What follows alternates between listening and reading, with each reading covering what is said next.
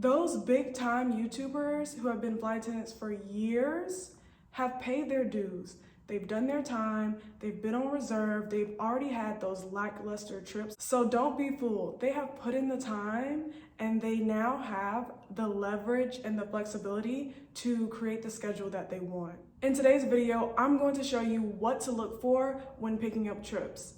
If you want to work smarter and not harder, continue watching and stay tuned to the end of this video. Before we get started, be sure to like the video, give it a thumbs up, and let me know in the comments where you're at in your flight attendant journey, and be sure to subscribe to the Pristine Posse.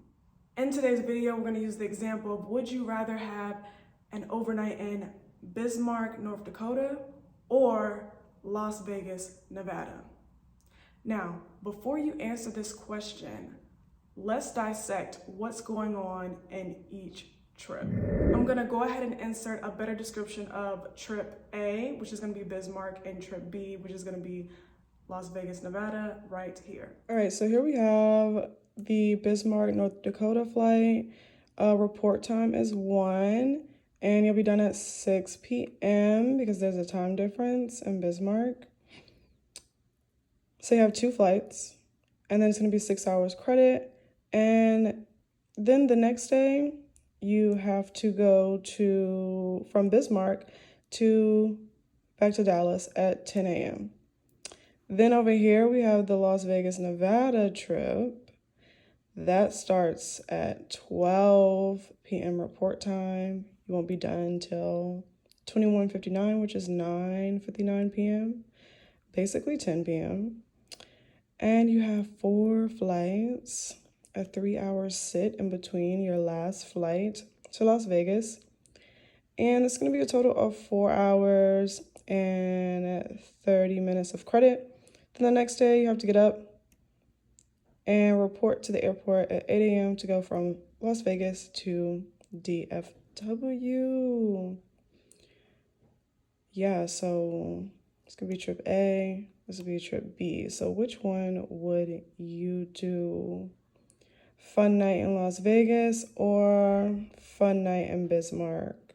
Now, a rookie would choose Las Vegas, Nevada based on the location. However, I'm gonna go for Bismarck, North Dakota. And here's why. First off, with the Bismarck trip, I'm only working 2 flights, okay? Versus the Nevada trip is gonna be 4 flights. Not only am I working only 2 flights, but I only have to read the announcements twice versus the other one 4 times.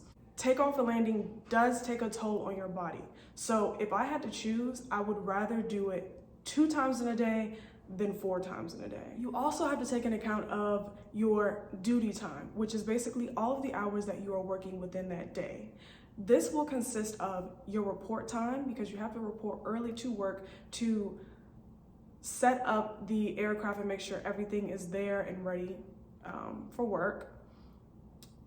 The time it takes to board the plane, deplaning, which these things are not paid. Also, when you have a sit, and as you saw in the example that I showed you, you have a 3-hour sit in DFW before you go to Vegas, right? Those are all things where you do not get paid, but you're at work. Okay, so that makes for a long day. Bismarck consists of a 7-hour duty day versus Las Vegas is a 10-hour duty day. Please take a moment to subscribe to the Pristine Posse if you haven't already done so. Also, drop a fire emoji if you are still here with me. Now, I also know you're thinking, hey, it's a Vegas trip. I've never been to Vegas. I would love to go out. I'm still gonna make the most of it. But here's the thing. Not only have you had a long day, you worked from 12, your release time isn't until 9:59 p.m. Listen, that's the time that you get off of the plane. Now you have to consider that you have to get on the shuttle, get to the hotel, and let's say you wanted to go out to the club or go to a dinner. Not only do you have to consider the day, by the time you get to your hotel, it's gonna be about 10:30. at the earliest, 10:30, you check in, change clothes, and then if you want to squeeze in some time to go out, okay, cool, but you're going to be exhausted from the long day that you had, right? Then your report time for the next flight the next day is 8 a.m. Your report time, 8 a.m., that means the time that you need to be past TSA, basically on the plane, right? At the airport, on the plane, getting ready for work.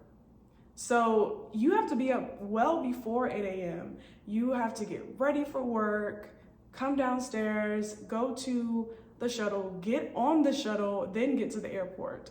So essentially you might have to be up at around 6:30 because you don't know how long that shuttle time is. So you have to get ready, get yourself ready to work, that you really don't have much room to go out the night before because you're gonna be drained, one, and two, you have to get up to work the next day. Also, let's say you wanted to squeeze it in there and go out and have a drink.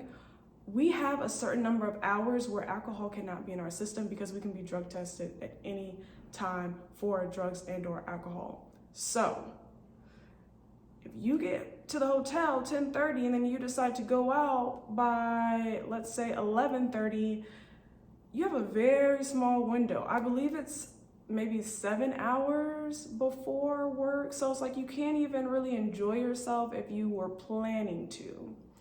And you're gonna be tired, trust me, you're gonna be tired. I'm giving you this scenario in the event that you don't have any mechanical issues or any diversions, the weather is good.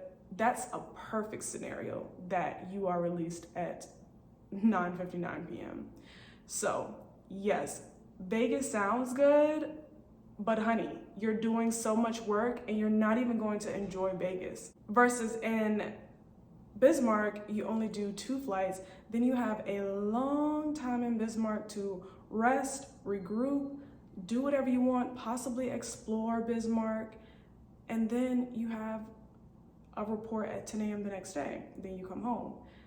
That sounds way more smoother. May not be the most desirable location, however, I don't know about you, but I like having less work and getting paid more. So 6 hours of credit versus the 5 hours of credit working the Vegas trip, no. And you gotta think about the duty time. 7 hours versus 10 hours. I'm gonna take the 7 hours. So this is just a quick example that I have for you guys. Yes, one day you will have a long overnight at a cool location where you can go out, explore, and do what you wanna do. However, when you're new and you're on reserve and when you're trying to pick up trips, please be cautious and take a look at the report time, the duty time, if there are any sits, and also look up the weather of the location that you're going to, okay?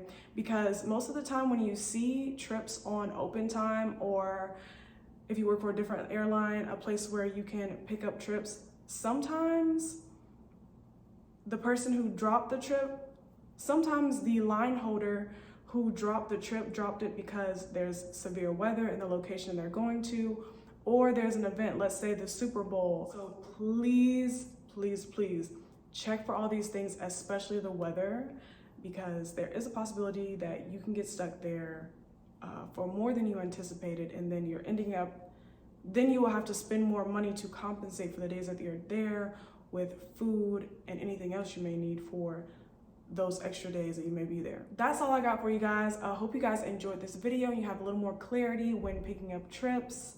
Hope you guys enjoyed this video, and I'll see you in the next one.